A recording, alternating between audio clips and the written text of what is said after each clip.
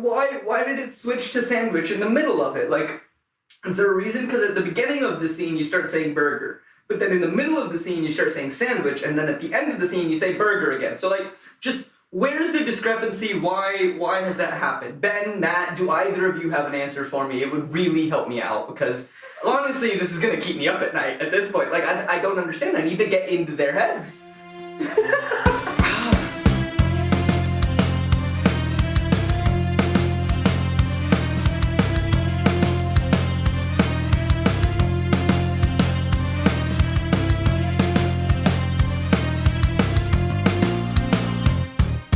What's poppin', y'all? Welcome to Post Finale. I am your host, Ankit Mandira. I'm an actor and a musician who hasn't seen a lot of films, so to make my friends happy and potentially provide some new perspective on some popular films, I am on a quest to change that. I'm not on this quest alone, however. This week, I am joined by one of my good friends, and he's an actor, a dancer, a musician. What other stuff do you do? That pretty much covers it. Yeah, so he does all of that. This is Dane Christie. Welcome, Dane. How are you doing? I'm good, man. Thank you very much for having me. Yeah, of course. You get to be the first guest, and now we're doing video. Ooh, look, it's a big change. We've been doing this as an audio-only platform for a while. Big step for a podcast to go to video as well. Yeah. Glad to be a part of it. And on the first video episode. I Glad you're didn't know here. that. Yeah, you're here for the first video episode. It's gonna be fun. So we're talking about Good Will Hunting. Yes. Now, before I get into what I knew about this film, before, that whole journey begins, because you were the one that told me this is one of your favorite films. Yeah. When did you first watch it? What's your experience with it? Like, why is it one of your favorite films, if you can tell me that without spoiling anything? Yeah. So I watched it probably, how old am I now? 22. Probably like 7 years ago was the first time I watched it. So I remember speaking to my dad about his favourite films, and the two he said were like Shawshank and Good Will Hunting. So I sat down and watched Shawshank with him, loved that film. I was like, okay, he's probably got a good idea of what a good film is. So I went back and I watched Good Will Hunting. And I love that film because I love Robin Williams to start off. Any film that he's in is amazing. Yeah. And the themes of the piece and just kind of like what it talks about. Okay. I love a film that can discuss and talk about someone's like mental state and how people's emotions work, especially films that talk about men in that. Mm-hmm. And with this film, it's like 1998, something like that. I think it's 97, 98. I think it came out right around when I was born, but I don't know exactly when it came out. Again, for a film to be talking about that, when it's still in the point where it's like, men don't talk about their feelings. Right. It was like, to be discussing that was like so cool. And it was like this kid coming from a really low background to go off and do amazing things. It's also quite inspiring as a younger person, like watching that being like, all right, cool, I can go and do things if I want to go and do them. Nice. Yeah. That's fun. Well, I hope we'll make your dad proud, or he'll at least be sad about my lack of knowledge. One of the two is definitely going to happen.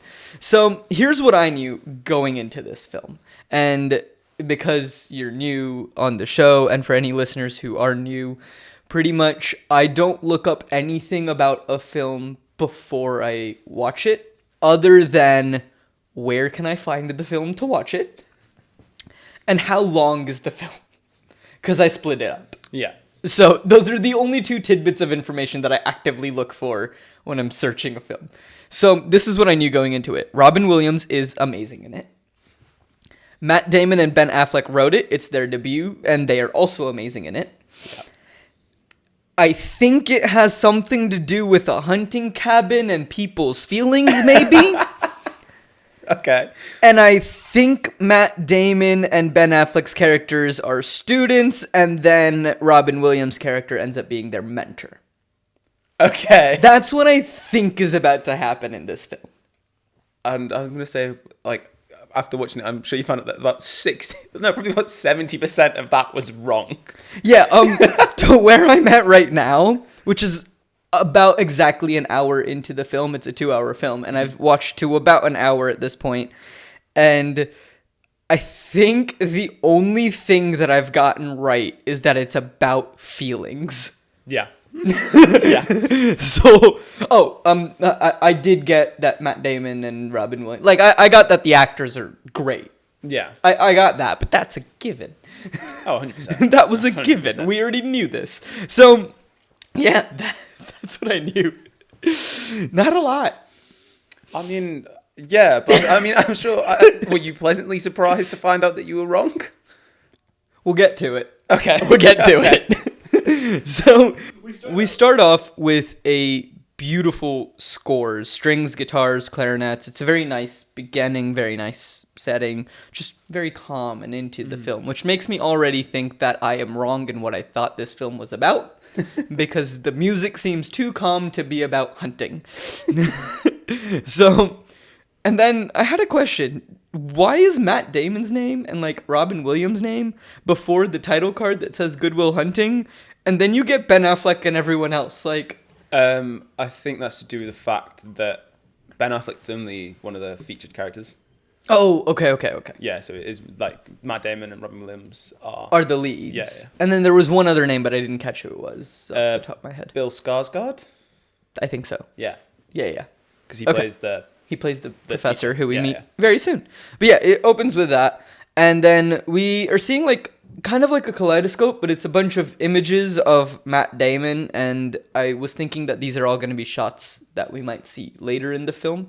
And that would be a really cool way to kind of introduce his character a little bit. But it was just really cool. It was a fun little sequence of how to introduce the film. Nothing major there. I think any like one good like what makes a good film, obviously good storytelling is the main part of it, but I think like when a film is also kind of like musically and visually pleasing, especially in like the opening, Oh, yeah. it just draws you in from the start. Well, I mean, like one of my favorite films is How to Train Your Dragon. Brilliant soundtrack. Brilliant soundtrack, and I know that music so well that you can play me the first note of This Is Burke and I know what the music is. Like, but again, that's a beautiful way of showing how just the introduction music, if it captures you and it's grasping, you're invested. From the get-go, you want to be there. And I was there for it. Like, I was like, oh, this is very nice. I didn't feel good because I thought that it was completely wrong on my predictions, but I enjoyed the music. It was calm. It was lovely. So yeah, I didn't understand why it was only Matt, because again, I thought, like, you know, Ben Affleck was also one of the main characters. Now I've learned that he's not. No, he's the quirky best friend. I shouldn't say quirky even. He's just the best friend. He's just the best friend. He's just the best friend. He's not really quirky. No, but in ways. the thing is as well is like that's good on his part as an actor because like obviously they wrote it. Yeah. So he could have written his part to be as big or as little as they wanted. And I think if he had got an ego about it and wrote it bigger and we see more of that character, I don't think it would have worked. Mm-hmm. Like he made the pathway for like I feel like what he did allowing was Robin Williams to take most of it. Yeah, I feel like, you know, a lot of credit to him because he just was like, all that matters is that it's a good story. It needs to be a good story. We'll figure out who I play and what I do and all of that later, but like, let's make sure that it's a good story. Yeah. So like, all credit to him. At least I think that's what happened. I don't know. Hey Ben, if you ever see this and you want to come set the record straight, give me a call. So yeah, we open with that. It's quite lovely. And then we see Matt Damon. He's in a room. There's not a lot of furniture around. There's lots of books though. So I'm like, okay, he likes to read. Cool. We switch to an old lady. Someone's pulling up in a nice blue car. Turns out that it's Ben Affleck's character, and he comes to pick up Matt Damon. Currently, I still don't know anyone's names. So currently, it's actors' names. Yeah, it's so good. Until we learn characters' names, they're actors' names. Ah. And sometimes I don't know the actors' names, so that guy. Yeah, well, there have been moments where I'm like, I don't know who this is, but he's the man in the tux, or like whatever it is. So, yeah, I just happen to know the actors' names this time around. I mean, I'd be surprised if you didn't know these. But then again, you've not seen that many films, so you might have not. You're not wrong. I've seen... Have you heard of Batman? Yes, I have. Probably not the best film to make Ben Affleck with. I have seen Batman. I've never seen the Ben Affleck Batman. Honestly, Have I seen the Ben Affleck I'm Batman? going to save you some time. Don't. Okay, no, I've seen the Christian Bale Batman, So you've seen the right Batman. and then I saw the new one with Robert Pattinson. I've not seen that. Yeah, I've heard very good things. it was fun. I was confused. But yeah, you're not missing out watching. I didn't know anything. So, yeah, we then get to university and we meet a professor, and he tells them to finish Percival for next time. And most of them had it in undergrad, but it doesn't hurt to refresh. And I thought this was going to be very important, so I was like, "Who's Percival? What is Percival? What are they studying? What's going on? I don't know anything. Like, what is this place?" He then also says that he has put an advanced Fourier system out in the hall, hoping that someone can solve it by the end of the semester. Mm-hmm. And when he said that, I was like, are they studying math? Are they talking about math? Yeah, it's one of them. In that classroom, I was like, because it's like, I don't know what they're actually studying. Yeah, It's yeah. like, the minute you're talking about a book, talking about like, I think it's an English book, and then now you're like, now there's an advanced math problem outside. It's like, what subject is this? Well, yeah, because But- it's like, it's an advanced math problem. And I'm like, cool. So it could be Well, obviously- physics. It could be chemistry. It could be any of the sciences. It could be mathematics. It could Yeah. be, like, there's so many things that it could be other than maybe biology. But the thing is, as long as that maths problem is there, it's good. It's good. It's good. So apparently the person who does successfully solve this will not only be in the good graces of the professor, but will also go on to fame and fortune and get their name printed in the auspicious MIT Tech. Former winners include Nobel laureates, Fields Medal winners, renowned astrophysicists, and lowly MIT professors. Himself. I was like, you won. Yeah. Instantly, I was like, he has won this. But I also like how he didn't try to say that he is that level. Yeah. He's just like, nah, I'm just a professor. Yeah, he's a weird character. I think that like he has an ego, but he's not, and he's like, I don't know. I could never work him out as like what his intentions were. I don't feel like he has ill intentions. Yeah, but I think that the academic stuff is obviously what he prizes most. Like that's the most important thing in his life, and kind of the most important for his students. Which obviously I think goes on get a little bit more of a backstory and a bit more view into that further down the film. For sure. So we learned that Matt Damon is a janitor at the school, and immediately I was like, he's gonna solve the proof.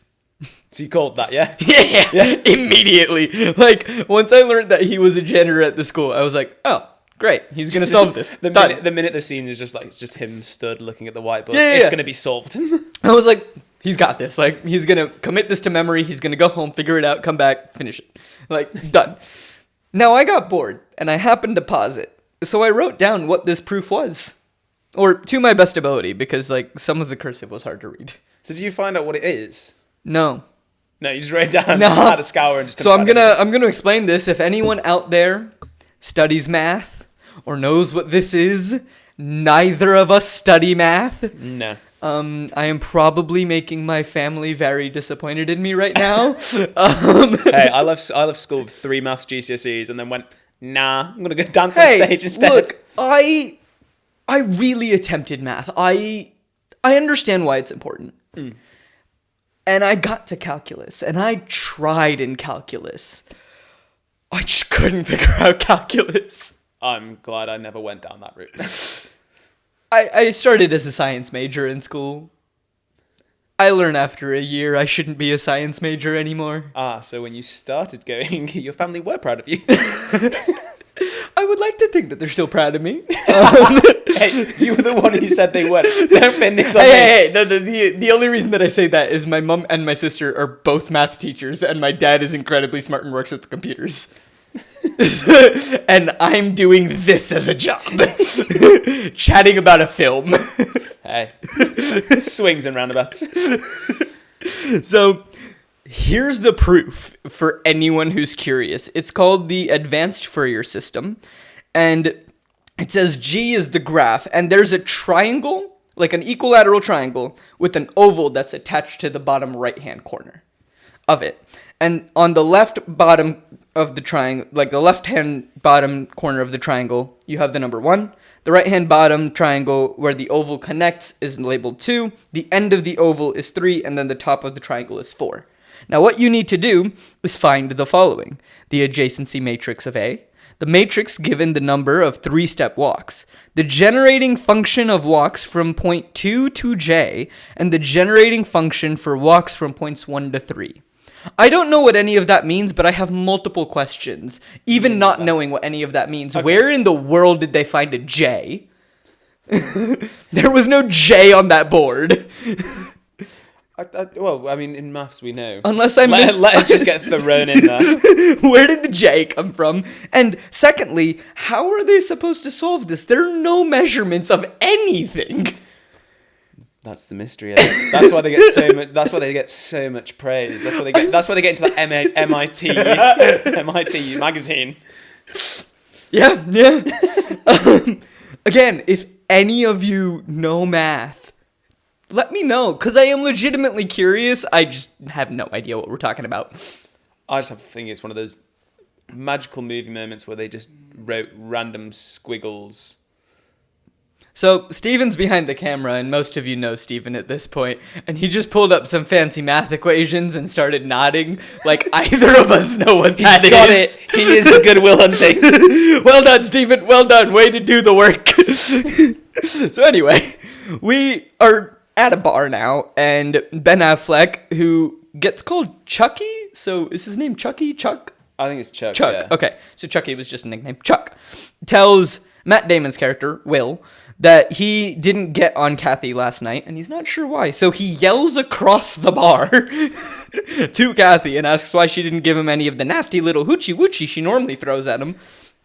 She responded with such a beautiful quote that I just have to read it perfectly. Here we go. She says, "Oh, you and your Irish curse, Chucky. Like, I'd waste my energy spreading my legs for that Tootsie Roll dick. Go home and give it a tug yourself." Mwah. Fantastic response to someone yelling across a bar at you of why you didn't, sleep with them last night. Yeah. Pretty standard. Just a great response. So, Chuck is just looking at Will and it's like, well, she's missing a tooth. She's got skin problems. Plus, 5 to 2, Morgan's going to end up marrying her. And there are only so many times you can bang your friend's future wife. Yeah, so that friendship group's really close. Yeah. Very, very close. I think it's to be fair, as much as it is just it appears it's just nonsense being shouted at, I think it's clever in the fact that it sets up one kind of the area and the people that they're with, and how, and two, I think it's they use the language that they use to make them seem that they are just dumb. Yeah, but also I didn't even think they are considered dumb. It's just for me it was just okay, they are in this friendship group. It does a very good job of setting up the friendship group is extremely, extremely close. Yeah. These guys have gone through thick and thin together, and they're probably, 18, 19? Yeah, I think, yeah. I don't actually know how old they are, but they're young. At most, they're their early 20s. Hey, it's movie magic. They're just 16 and you don't know about it. You know what? Oh, no, they're drinking. No, yeah, they're drinking. So they're at least 21. Yeah. They're at least 21. Yeah. Because in the States, you can't drink until you're 21. Losers. Okay. Steven in the background agreeing. So, Will doesn't care about any of this. He just downs his beer and then gets up to leave. And Chuck's like, dude, where are you going? It's only 10 p.m. Fantastic. I love that. I mean, yeah, we all have that one mate where it's we're going out for one drink. It's I'm not going to go out for one drink with you because I know for a fact you're the kind of person that's going to turn it into, let's have a full night session. Yeah. Everyone has that mate. Everyone. And if you live in England, you have more than one of those mates. Yeah, 100%. 100%. Absolutely. And more often than not, you think, yeah, that's my mate. And it's you can be the guy. If you're sat there going I don't have one of those mates. You're the guy. You're the guy. You're the friend. So, Will is back home, and he's working on the proof, writing all sorts of math terms on his mirror. And then, nope, it was wrong, erasing time. And then he stops buffering at work as he's, buffering the floors. And he stops to write on the chalkboard to work, and I was like, okay, so he's just incredibly smart, but it just feels like he's had no opportunities, or his upbringing has been rough in some sort of way, and that's why he hasn't like been able to it's his past Yeah. that hasn't allowed him to, his brilliance hasn't been noticed. Yeah, I think that's one of the key things in the film. Yeah. Like 100%. And I think it's really, it's like he's got photographic memory. He can just read things and I think Yeah, that's what I was kind of putting together. I put it together a bit later on, but I was like, okay, so he either has photographic or an eidetic memory. I don't know which one. Because I do know that they're slightly different, but it's never specified at least how far I am Yeah. right now. Yeah, I think it's It's not specified. It's just like, hey, he's just he's just has this memory. He's just you have to read a few books and guess what? Just wake up. You're a genius. Yeah, that's all it is. You know, I don't know why everyone struggles so much. All you have to do is read a couple books. Problem solved. Read a few more books. Yeah, done. So we're at the batting cages now. I love how this film, at least for the beginning, all the scenes are like 2 minutes long. Yeah. it very much bounces back and forth. Yeah. But I think that's a good thing as well. Like I think it sets up him and shows that there's definitely two parts to his life, and shows that I don't want to use the word common because I don't know. I think it's like it shows his background and his character and where he's coming from. And I think that's what the main part of the opening. It does a very good job of setting up. Will is incredibly smart. He doesn't come from like a rich family. I also find it interesting that there's no, from my memory, there isn't any there's no mum, there's no dad. No. But that gets explained in a bit. Yeah. But I didn't think anything of that actually. Really? Because I just thought that old lady that we saw at the very beginning, I thought that was like his grandma or something. Alright, fair enough, understandable. So I was just like, he's just raised by his grandma, okay. So that was my thought. So I just didn't think anything of it. So yeah. But we're at the batting cages and Chuck isn't happy because Will keeps pushing back. Will tells him to stop crowding the plate. And then Will proceeds to hit Chuck in the shoulder with possibly the weakest pitch I have ever seen. It was like the first pitch where he misses him fast and good. The second pitch that hits him, I'm like, did they have a 5-year-old throw it? Could Ben Affleck not take a little bit of a hit? Could you not find a ball that looked like a baseball but was soft? Come on! There's just a poor little cameraman stood behind the scenes reading a weak arm. Action. No, he has to do both. He has to hold the camera and throw the ball. They were on a budget. Yeah, to be fair, I think it was 10 million. Oh, you have no idea. Yeah, I was 10 million. Oh, sure. The budget of the film. Yeah, I normally look that up at the end, so why not? Doesn't make a difference, but cool. You're on a budget. 10 million gets you a brilliant cameraman's fastball. So, Chuck says that Casey is bouncing a bar up at Harvard next week and that they should go. Will asks why. And he's like, up some smart kids, fit right in. Fair enough. So Matt then throws another terrible pitch, and then Chuck proceeds to head over, they square up, don't actually fight, and we cut away. Yeah, it's one of them. I think it shows that they are brothers. Yeah. And as if have you got siblings? I have an older sister. Okay, so I don't know if it's the same with you, but you will fight.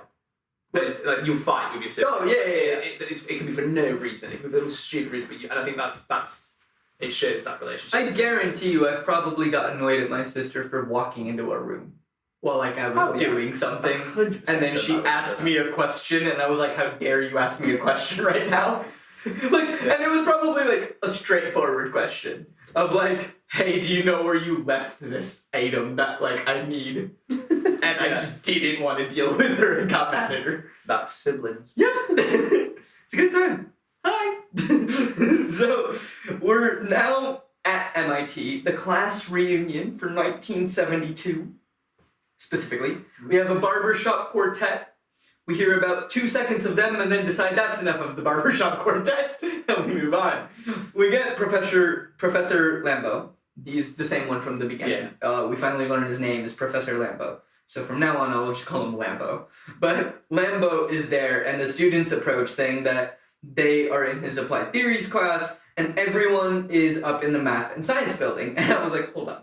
MIT only has one building for math and science? It's just a really big building. Just one massive building. Do you ever see the outside of the building? No. Exactly. No. You don't know how big that building is. No. But I have heard of MIT. Most people have. And I'm pretty sure that MIT has more than one math and science building. Isn't that where all the smart people go in films? That's what I was told. I heard in Big Bang Theory it's not a very good place to be. Yeah, that's... apparently Howard just gets bullied for having a master's degree from MIT. And that's the most I've heard. Could be some lonely little physics or engineer watching this going, I hate you. No, we respect you, because you do what you do so that we can have our lives where we just sing and dance and make bad jokes. Yeah, but we're going to do something good. Build a lightsaber. I'd pay for one. I'd 100% pay for one. Dude, I want a lightsaber on that shelf, but like a real one. If Elon Musk can sell flamethrowers to people, why can't he make lightsabers for us? Wait, Elon Musk is selling flamethrowers? So he did. Wait, when did he sell flamethrowers? This is completely off topic. That is fine, we're here now. Flamethrowers. So he talks about it on the Joe Rogan podcast that he has like a company that just create random stuff, and like he puts it and it goes on his shop. So it started with caps, and then they were like, what else? And it's like they made a functioning flamethrowers. They made 2,000 of them and sold 2,000 of them, which is mental. That's wild. Yeah. But I mean, when you're that rich, you get away with it. Yeah. Anyway, Good Will Hunting. So, Lambo says that it's Saturday, and unless you want to have a drink with me later tonight, leave me alone. Pretty much what he's saying. I was like, weird, creepy, but fine, we move. Yeah. And the students couldn't wait until Monday to find out who proved the theorem. And, has the entire semester already passed was my question, because I was like, you had till the end of the semester. Like, what? I didn't process in my head that Will probably already solved the theorem. Oh, so you just thought that, we're just in a massive time jump. Yeah. So, I was like, I know that Will is going to solve this theorem, right? I knew that. I already knew that this was going to happen. But then I was like, oh, we've just jumped to the end of the semester. Okay. Okay. No! Turns out that was a trick. No. So Lambo's confused. He goes to see the blackboard. And was the blackboard always that big? Did it always have the second half of the blackboard? Because we definitely didn't see it in the first shot. Maybe it did. Maybe Will just got another one out. Just, he works in, he's a janitor, he's a janitor, he has the keys, he can probably just get some screws, put up another blackboard, and be like, done, here's the answer. Here's the extra bit. So, it's answered, so, sweet, that's good. And then, I was like, oh, look, who could have guessed that it was right? Me! I'm just gonna say this, I'm wrong a lot based on just the beginning of that film, of my prediction of what was happening, so, I take the small victories. Fair enough. Because there weren't many. It's not going well. I mean, yeah. If anyone actually, tallied up how many things I got right compared to how many things I got wrong. Did you not read the title? Okay, so yeah, Good Will Hunting, I get it, but it's Goodwill. So Will Hunting's his name. Right! But it's We'll get to that. Yeah, it's a double entendre. Because I didn't know that. We'll get to that. So, nobody claims that they did it, because nobody did. And Lambo seems to just have this intrigue on his face. Meanwhile, Chuck and Will are at a kid's baseball game. Apparently, McNamara's out. I don't know who McNamara is, but McNamara's not playing. And then Mac, who was the little kid, hits a double. Good for Mac. I just wanted to give that little kid props. He had one job in this film, and it was to hit a ball, and he did it. I wonder how many takes. Definitely more than 2. Yeah, 100%. Can you imagine just like this kid just comes in and is like, oh yes, what do you want me to do? I just want you to hit back-to-back consecutive home runs. Alright, no problem. No. Doubles. I'm sorry. Yeah. So the boys are all together, and one of the friends sees a girl with a nice ass, and he's like, "Who's the guinea that she's with?" Have you ever heard that turn of phrase before? Okay, cool. Just making sure. Find out that the guy is named Carmine Scrapagila. I don't remember, but his first name's Carmine. So Carmine used to beat the out of Will in kindergarten. And Morgan says, well, you know what, screw this, let's just go get food. He suggests Kelly's. Chuck doesn't want to go to Kelly's because, you know, Morgan just likes the takeout girl, and Kelly's is 15 minutes out of the way, and Morgan's just like, what are we gonna do where we can't spare 15 minutes? They're on a tight schedule, alright? Tight schedule. Yeah, because I can really tell that because all of them with no kids are at a kids' baseball game. Hey, they've got kids' baseball at 3 and hitting Yeah, a random also, women in the like- street at quarter like- past. They live in Boston. You're telling me that the most entertaining thing to do in Boston is go to a kids' baseball game where you don't know the kids who are playing? Yeah, well, I mean, it's probably the most interesting free thing for them to do. That is probably true. That is probably true. Yeah. Look, when you're broke, you do a lot of things for free. That's true. That's true. As we have found out. Being a student in London. Just living in London. Yeah, that's true. That is true. We just exist. Yeah, I'm saying that like, after now graduating, that my life has dramatically gone. It's the exact same. Still us. The only difference is I don't go to class every day. Yeah. I don't really do much. Well, I work on a lot of other like small projects here and there, but like, yeah, I've just replaced working on projects with class. Yeah. That was it. But like nothing in terms of like what I actually do for fun has changed.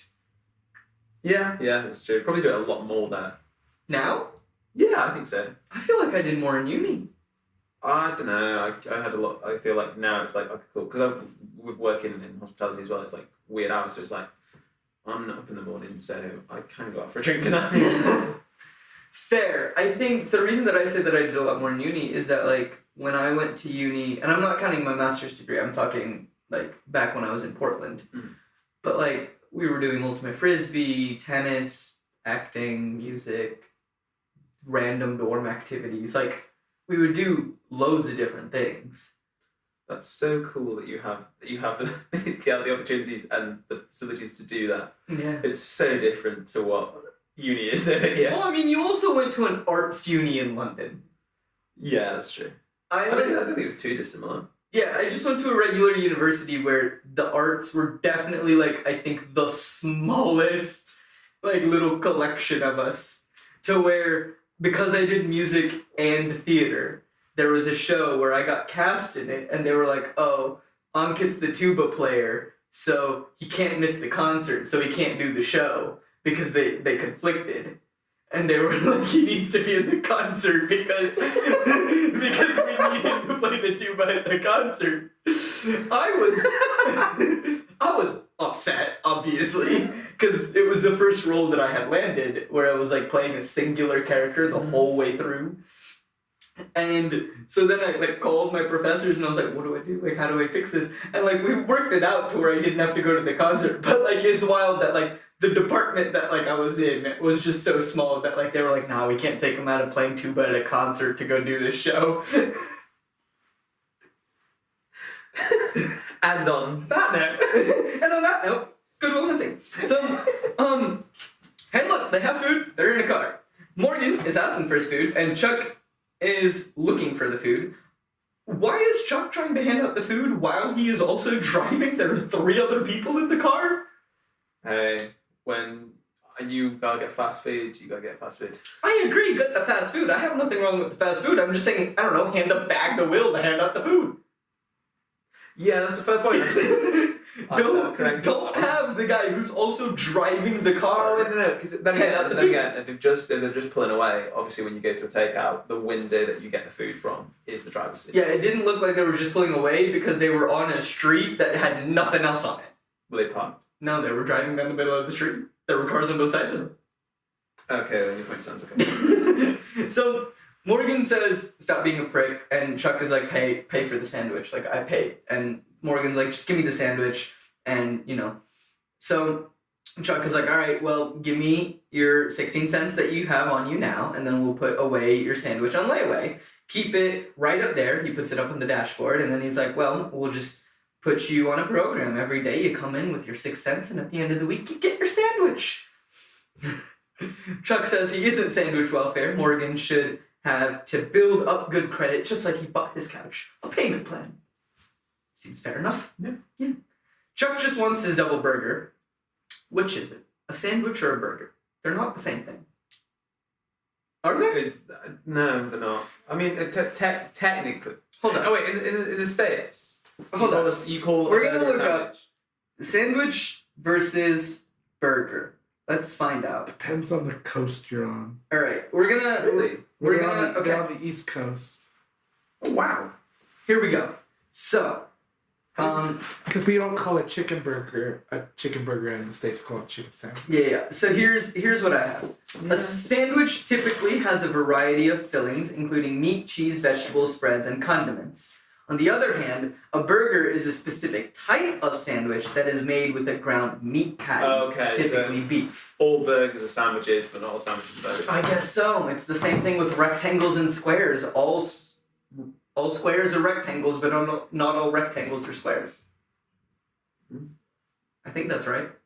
I think I've said that correctly. Yes. Yes. Yeah. Yes. Cool. So, I guess it's a burger and a sandwich. I don't know. I love how this. You've been. So just going back a little bit before we started this podcast, Ankit is like, I don't understand the plot really. I don't like. That's my big thing. And, and so I'm like, cool, we're gonna go into that. And the biggest problem he's had so far is if and I think you probably paused the film to then think about this. I definitely did. Why is he calling a burger a sandwich? Which one is that? I needed to know. Did I look it up then? No, I just wrote down the note and I continued. Just gonna tweet in Ben Affleck. I forgot his name. Matt Damon. But Matt Damon just being like, I know it's been a while since you've read this film, but just going back, there's been some minor incorrections that I've pointed out. Could you just clear up for me, please? Yeah. Like, why did it switch to sandwich in the middle of it? Like, is there a reason? Because at the beginning of the scene, you start saying burger. But then in the middle of the scene, you start saying sandwich. And then at the end of the scene, you say burger again. So, like, just where's the discrepancy? Why has that happened? Ben, Nat, do either of you have an answer for me? It would really help me out because honestly, this is going to keep me up at night at this point. Like, I don't understand. I need to get into their heads. I need them on the podcast. Come on! Free invite. To anyone who has probably acted in a feature-length film. Free invite. Most people. Yeah, there's a few probably you don't want. Yeah. There are definitely some that not say names, but like. Oh, I really want to say this, so I'm not going to. Don't do it! It's like dead down the lens. I mean, the lens is right there. Here's a list. Future bonus content. That's what we're gonna do. So Next film I'm going to watch is Aquaman. moving on. Will sees something, has Chuck slow down, and we see Carmen, and he's being an asshole. Chuck starts to park, and Morgan says, well, we saw him 15 minutes ago at the park. If we were gonna find him, we should have done it then. We have a snack now. I feel for Morgan. I feel bad for this guy. Yeah, but I mean, like, all right. Every film within that like era, whenever there was a group of guys, there's always that. There's like, you've got your main character who is. Because if you think of them, they're the characters from Grease. Yeah, I don't know. I haven't seen Grease. Okay. Scratch that. I mean, I know the general concept of Grease, but like, you have the main guy who's like. He's falling in with the bad crowd, but he's really a nice guy. You have the tough guy, and then you've got the one who's just obsessed with things, and it's the comic relief. And then you've got the other one who like talks every now and then, but you don't really remember it. Yeah. But I feel for Morgan. He has food. Like, just let the guy enjoy his food. Yeah. And he also makes a valid point. If we were gonna find him, we could have done it 15 minutes ago. Like, come on, guys, efficiency. But now they have fuel. No, that is true. And it's also not in front of like kids' baseball team. Hey, they would have had backup there. I feel like one of the kids would have been like, we like Matt Damon's character. What's his name? Will. We like Will, so like we'll beat up Carmine. So they get out of the car. Will runs up to Carmine, punches him straight in the face after saying, "Remember me? We went to kindergarten together." Oh, I forgot that far back. Like, how are you holding a grudge? Like the amount of stuff that's happened to me, like because we it's nursery here for us. Sure. But like, I remember some things happening to me, but I've never remembered the person doing it and being like, oh, do you know what? If I see them now as a 22-year-old, I'm just gonna punch them straight in the face. Yeah. Do you remember that time you stole my spaghetti hoops? How dare you? If it was regular spaghetti, fine, but not the hoops.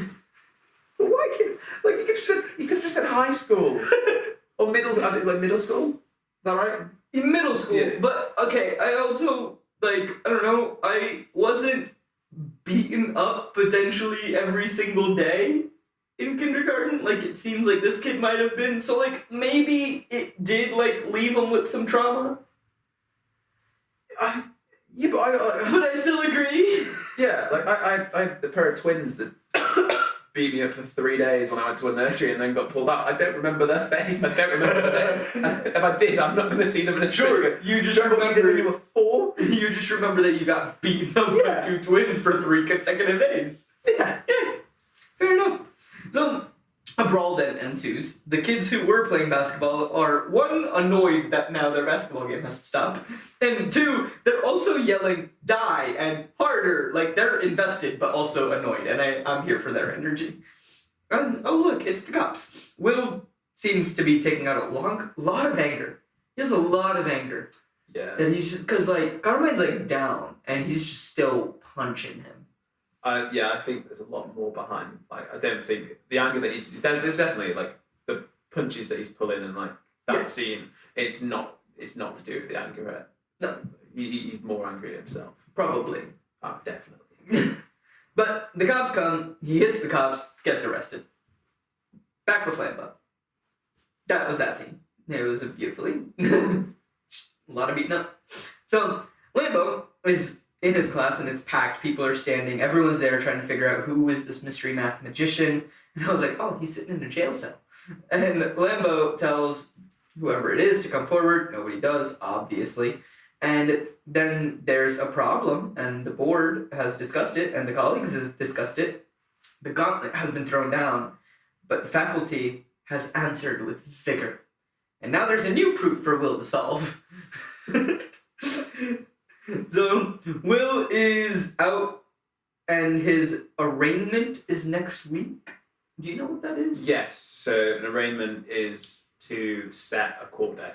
Oh, okay. Yeah. So you Sure. go in and like you it can get thrown out there, but most of the time it's to set a court date. Okay, cool. So, Lambo walks out of class, and he sees Will messing around with the blackboard, and assumes Will is graffitiing the work.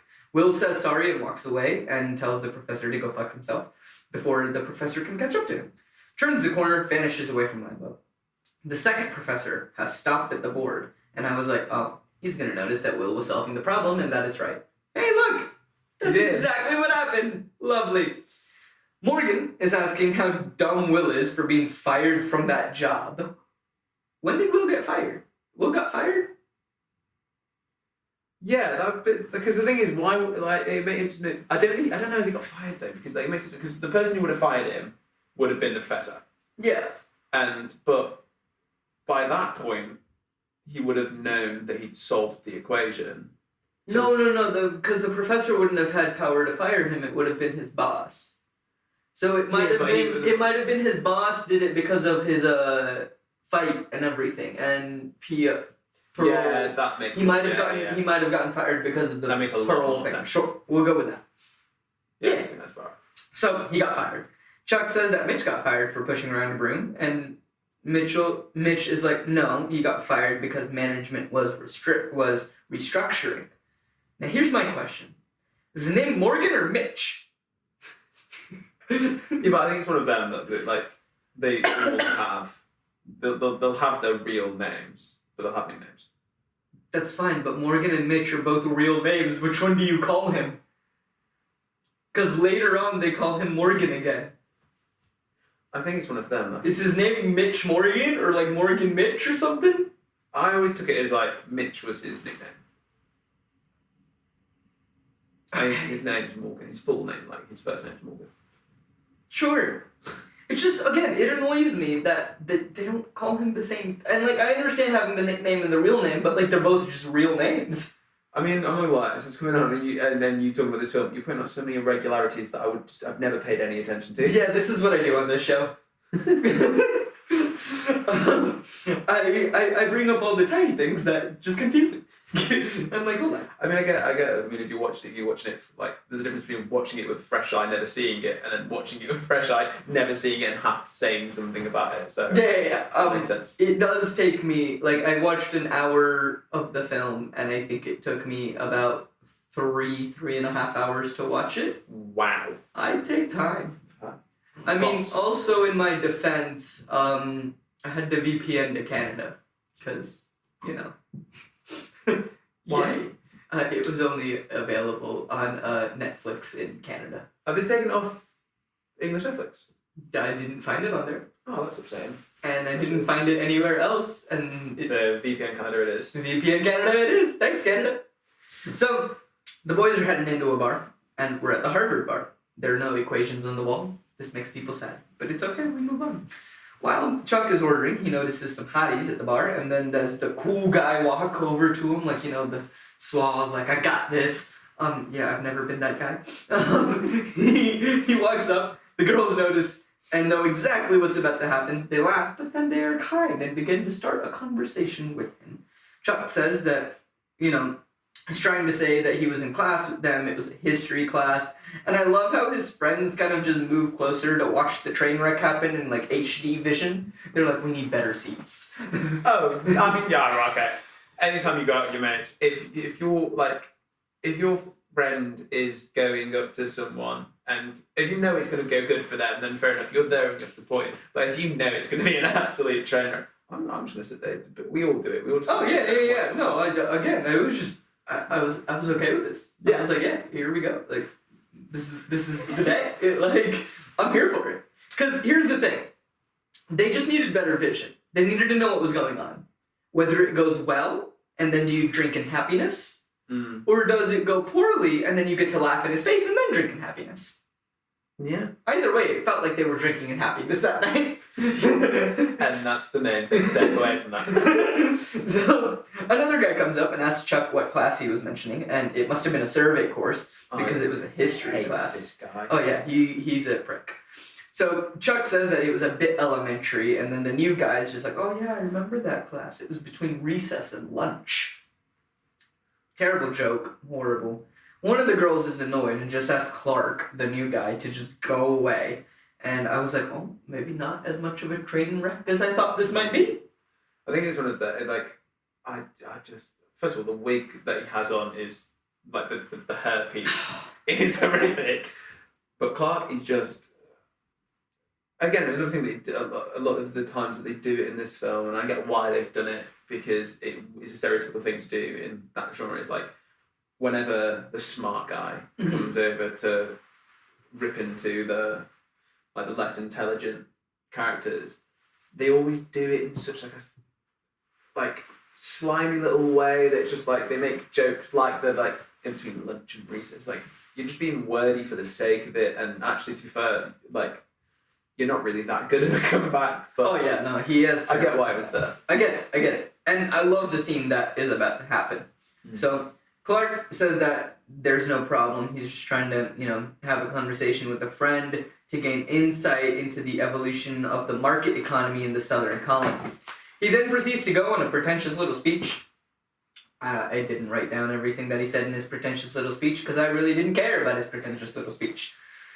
So Chuck stops him, but Will jumps in and says, well, of course that's your contention. You're a first-year grad student who just finished reading some Marxian history, probably Pete Garrison. You'll be convinced of that until you read James Lemon, and then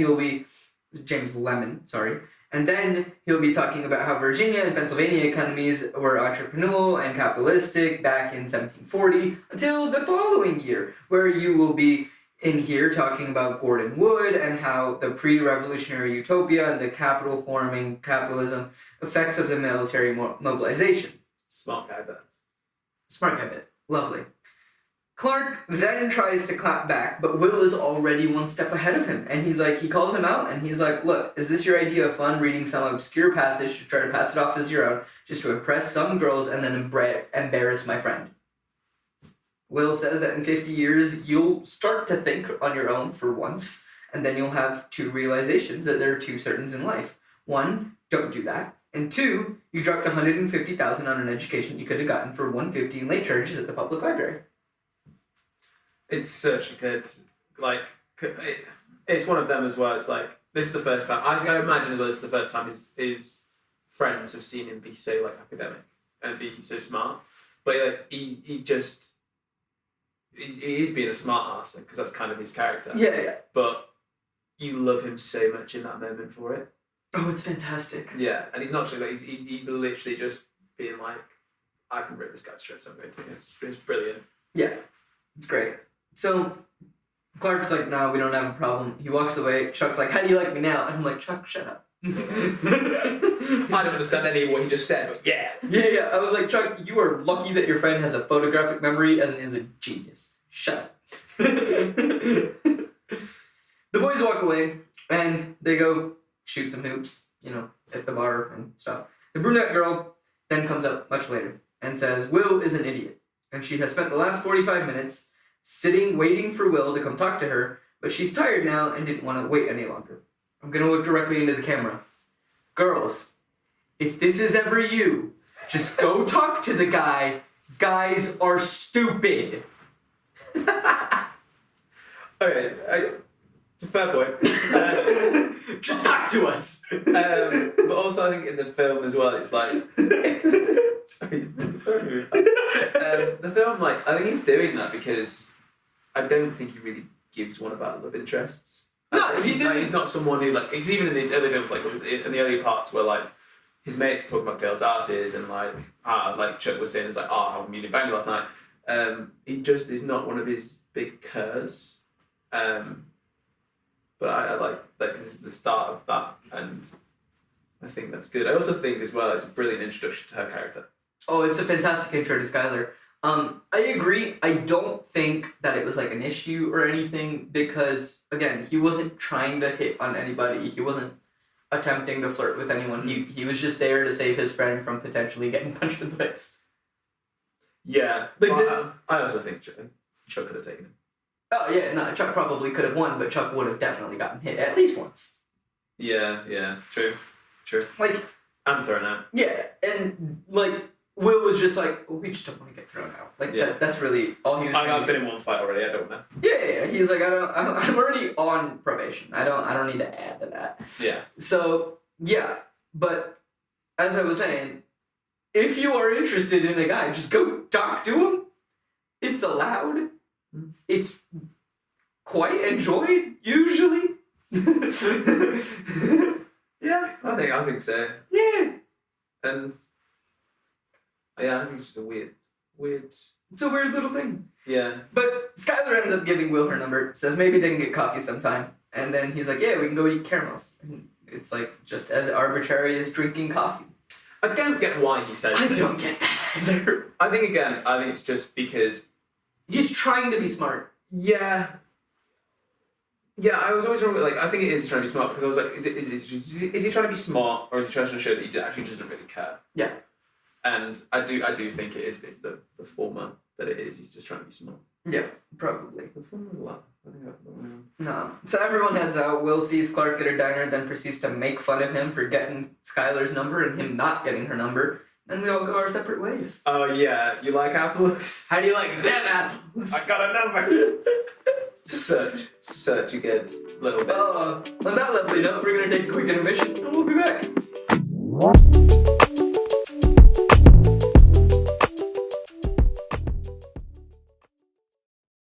Hello Hello, everyone, and welcome to the intermission. I hope you are all enjoying this episode of Post Finale. For anyone that is a new listener, first of all, welcome. Thank you so much for being here. And the intermission is just a little place where we take care of some housekeeping things. Now, first thing is that, as you have probably heard, around the 18 to 19 minute mark, the audio changes. That is because we had a technical issue as we were recording the episode, and we didn't realize that the mics had shut off. We were using a new audio software, but don't worry, we used the backup audio from one of the cameras, so that's why the audio sounds a bit different, but hopefully everything should be fine starting back up with next week's episode, and the mics should be working fine. Now, this next thing is mainly for those watching on YouTube, but you may have noticed that only one of the close-up cameras was working. Again, a technical issue that'll be a problem for this week and next week, but we think that we have rectified it, so hopefully all good there. Other than that, thank you so much for tuning into this episode. It really does mean a lot. We're on a new journey, starting adding video to this podcast journey. It's definitely been a lot of work, and sorry for taking all of November off. Some personal issues as well as some technical issues came up that we had to deal with, so we figured taking some more time to take care of those things and then come back and releasing the content here in December, back starting up with Good Will Hunting. And don't worry, we got some fun films coming up as well as some new shows, so be sure to hit that subscribe button if you're on YouTube for Co-op Forge. We got some new shows coming out in the new year here in a couple weeks, so be sure you don't want to miss out. They are going to be a good time. And just a couple more things real quick before we get back to the episode. If you are enjoying all of this content, you can support us at patreon.com/coopforge. There are no spaces, no hyphens, nothing like that. But if you do enjoy the content and want to help us out, be sure sign up any of the tiers. It really does help us out a lot, and any of the money that's made is going straight back into the podcast to make them better viewing and listening experiences for you all as listeners. And we couldn't do this without your support, so thank you so much. And the last thing is just a cheeky little plug. If you happen to be in London during December 12th through the 16th, I am doing a pantomime show called Nativity. It is an adult pantomime, a retelling of the Nativity, and I am playing Joseph. We would love for you all to come out. It is December 12th through the 16th at the Bread and Roses Theater at 7:30 p.m. I'll leave a link in the description of the episode or the video if you're on YouTube for finding links to get tickets to that. But I really hope that if anyone is in the London area and is able to come out, it would really mean a lot. And be sure to stick around after the show and I'll come say hi and everything as well. But thank you all so much. I hope you're enjoying the episode, and let's get back to it. So Will gets home and Lambo and the professor are looking for Will. He goes to the building and grounds department and thinks that Will is a student, but he isn't. The supervisor says you can't give out names unless there's a complaint. Lambo says, he just asks nicely. The boss finally just gives him the information and says that Will has a parole officer. And we're now at Will's hearing, where Lambo shows up. He says he is saying that a civilian can hurt an officer if it is a matter of defense and the law says so. The prosecutor is upset at Will, and Will says, I have the right to defend myself according to the Constitution of the United States, which provides him liberty. Liberty, in case they have forgotten, is a soul's right to breathe, and when it cannot take a long breath, laws are girded too tight. Without liberty, man is a syncope. Ibid is another word for syncope.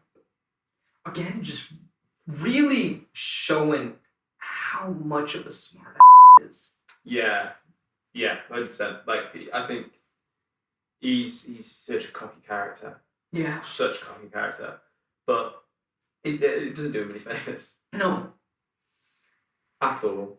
But especially in any film, whenever a character's like, I'm going to represent myself, it never goes well. So I was rewatching, I am rewatching Wizards of Waverly Place right now, because why not? Fair enough. Yeah. And I just did a thing where, did you ever watch that show growing up?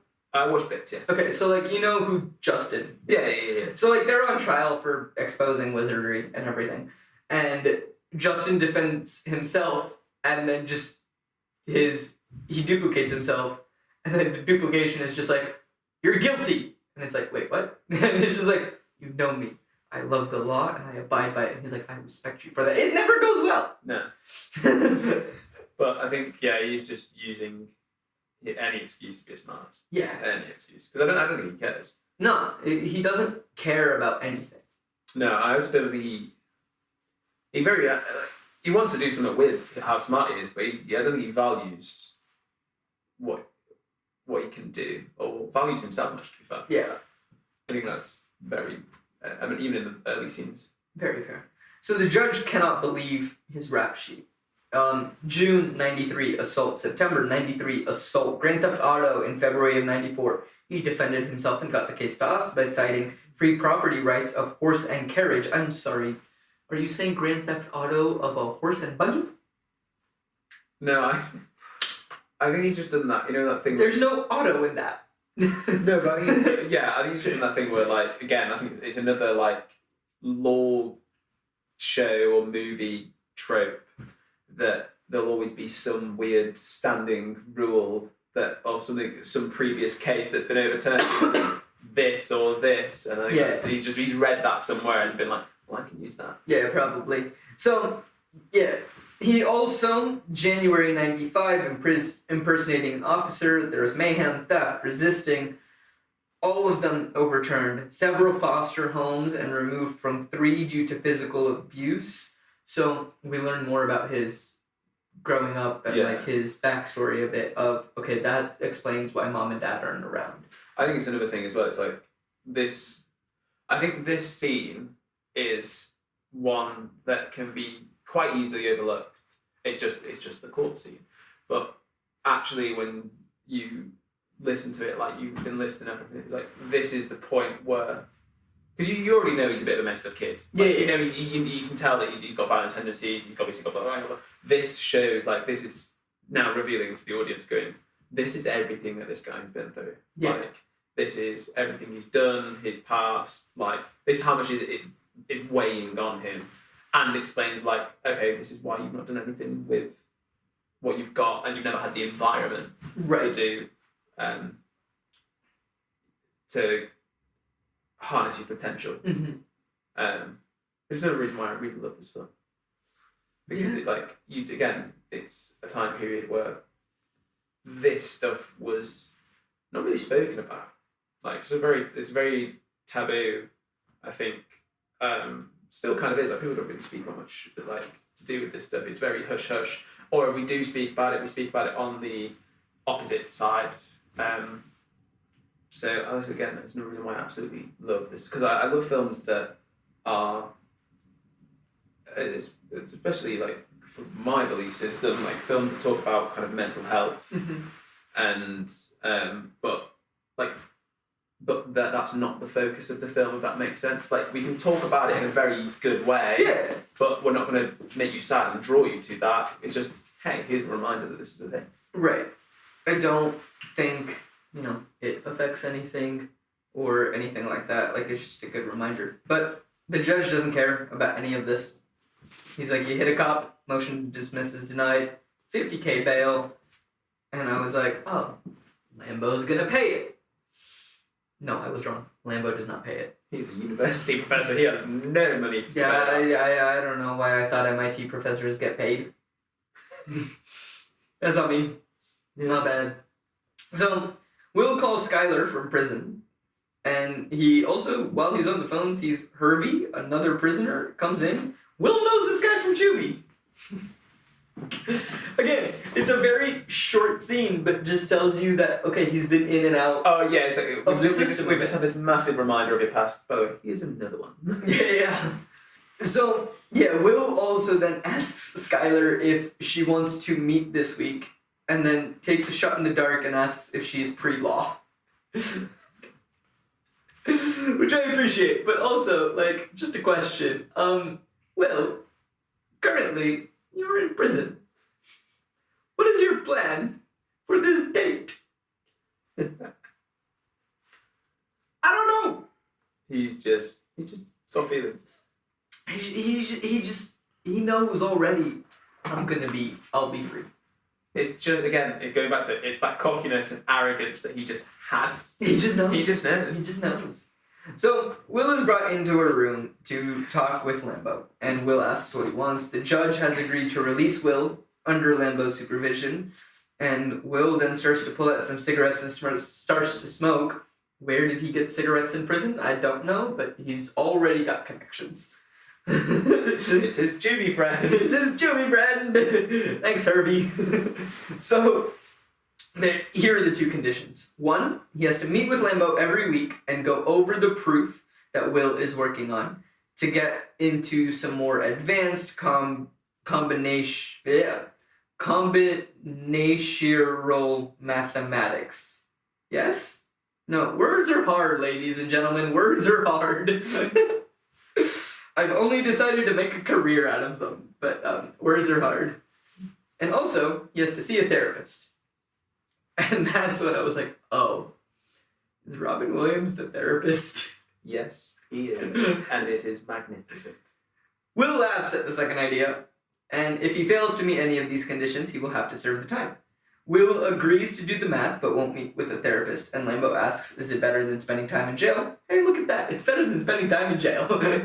So Will and Lambo are in the room working on some proofs, and we see that Will seems to be doing very well with whatever the math equations are. I don't know, I didn't write these ones down. They seem to be enjoying their time together, and Lambo seems to be very proud of Will, and it's all going well. The other professor, the one in the glasses, looks a bit jealous. Yeah, I don't like him. I don't like him. I cannot place why. He's that lapdog that he's just like. I feel like the entire time that he was in the film, it felt like he was just there to big up the main professor. I feel like there's gonna be some twist in the second half of this film where he's gonna have a bigger part and end up like somehow ruining or trying to ruin like Will and the professor and like their reputation or something. You're going to be thoroughly disappointed. Probably, but like I think I want this to happen. I don't trust him. I don't know why I don't trust him, but I don't trust him. Yeah, I think he's just there. And He's just there. It's just not nice. So Not needed. fair. Will is flipping through a book called Help Yourself. It's by a therapist. And then tells the therapist that Mike was having the same problems as Chad, the stockbroker. Oh, I'm sorry. Chad, the stockbroker. Put the air quotes in the wrong place. That they were having. He's absolutely right. The therapist says that, whatever the pressures are, he's not judging, he's not labeling them, but they are hurting his potential. And no more shenanigans, no more tomfoolery, no more ballyhoo. And might I just say, I love the word shenanigans, I use it. I love the word tomfoolery, I use it. I have never heard of the word ballyhoo. No. Again, it's a cool word. Great word. I feel like it might find its way into my vocabulary if I can figure out what it means. You're going to get a lot of strange looks when you use that word. Dude, I get strange looks right now when I say, I'm just up to some tomfoolery, and they're like, what in the world? Like, who are you? And I'm like, And I'm going to go home and drink tea and crumpets. Yeah, I'm just doing some tomfoolery. In reality, what am I doing? Nothing. Yeah. Probably walking down the street. Maybe singing to myself. Depends on if I'm listening to a podcast, a book, or music. Yeah. It just depends on what I'm listening to. Yeah. Sometimes nothing. Sometimes I just sing to myself for the sake of singing to myself. Yeah, I think it's just some musical types. Music types do. Dude, I write lyrics. Sometimes I have things stuck in my head and I just cannot figure them out, so I'll literally just be singing to myself on the tube trying to figure out like how the words are supposed to fit. Because words are hard. Words are I don't like words. Words are hard. So Will says that, he's right. And just saying and I'm just like, all right, you're just saying what, the therapist wants to hear. The therapist also realizes that and is like, you're not getting off that easily. And Will says that he hides from people, goes certain places, hides, interacts. The therapist keeps prodding, and Will goes to fantasy clubs. And when you get there, you hear how much the house music owns you. And he is having an absolute blast. Like Matt Damon in this scene He's just having an absolute blast of describing the house music. Like, he's just enjoying himself. And it's so much fun. Yeah, Will asks then if it's hard for the therapist to hide the fact that he is gay. Therapist is very confused. And Will's just like, well, 2 seconds ago you were ready to give me a jump. He doesn't care. He doesn't mind. He doesn't mind if he wants to putt from the rough.